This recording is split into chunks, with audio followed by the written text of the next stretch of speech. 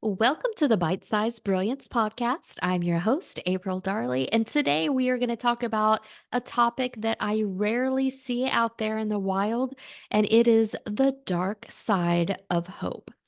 Now, I am an optimist. It is my number one core value. And as a person, I can pretty much find a silver lining in almost any dark cloud. Okay. But I am also a practical person, and I do realize that sometimes we look at things in a way that is not to our benefit. And hope is one of those things. So let's jump right in. Lately, among my clients, I am seeing a little bit of a trend. Even some of my friends have called me up about this because, y'all, I give great advice. Okay. And so they are coming to the place where they know I am going to keep it real, but also break it down so that they can understand what is going on. So these clients and my friends, they're coming to me because they are experiencing a little bit of obsession about relationships. So I'm seeing it in a few different ways. One way is the relationship is over and the person is being a little bit obsessive about what could they have done differently to make it work? What could they have done differently so that it could have been a happily ever after or saved relationship?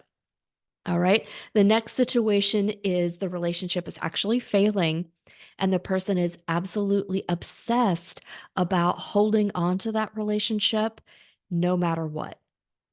Even though it has become toxic, even though their boundaries are being violated, their integrity is being violated, and they're unhappy in the relationship, they are still holding on and clinging to the hope that that relationship can somehow miraculously be transformed to be something fabulous. And maybe it started out that way, but it is certainly not that way at the present. So, this is what I'm seeing. So, isn't that interesting? Are you seeing that with your friends and with the people that you know, or are you in that situation yourself? Well, here is where it gets a little tricky. I am all for hope, but when it comes to relationships and making them work, it's going to need both people to do that work. Okay. You are only responsible for yourself at the end of the day, for changing yourself. And any changes you make, it's all on you. You can't control the other person. You can't make them change. You can't force them to change. And you can't even force somebody else to respect you. They have to want to do that on their own. So if you are trying to control or manipulate the relationship, that's a bit of a red flag. And sometimes the dark side of hope will cause us to overlook or even excuse bad behavior or red flags. But you can save a relationship, and I do believe that people can change as long as they are both putting in equal work, they're both willing to make the relationship work, they both have personal responsibility and integrity, and they are seeking outside help, counseling, therapy, coaching, and they really have equal buy-in. If that is not there, if you are the only one doing the work, you are the only one trying to make a difference, then that isn't likely to lead the relationship in a place that you want it to be. So think about this and ask yourself some questions. Number one, am I in compromising my integrity in this relationship?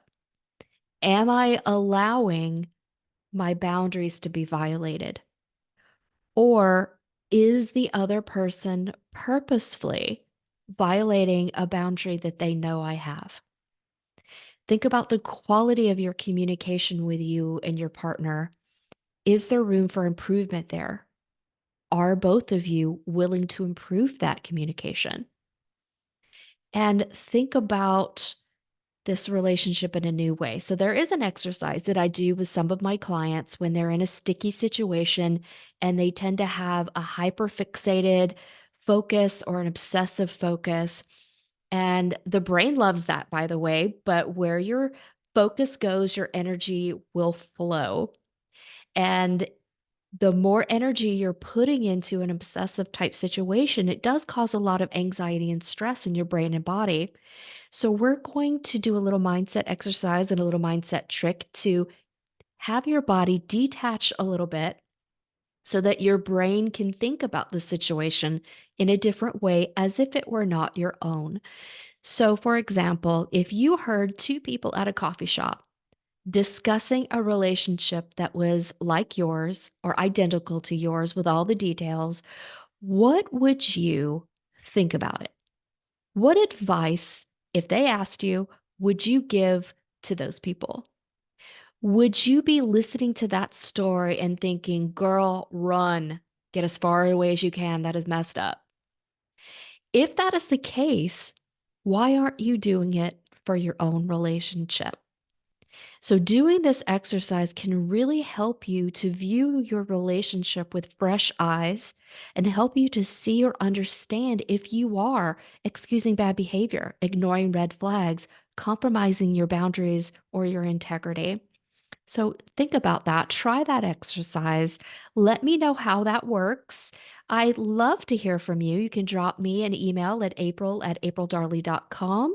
If you have any suggestions for topics that you would like to hear on Bite Size Brilliance, I would love to hear them.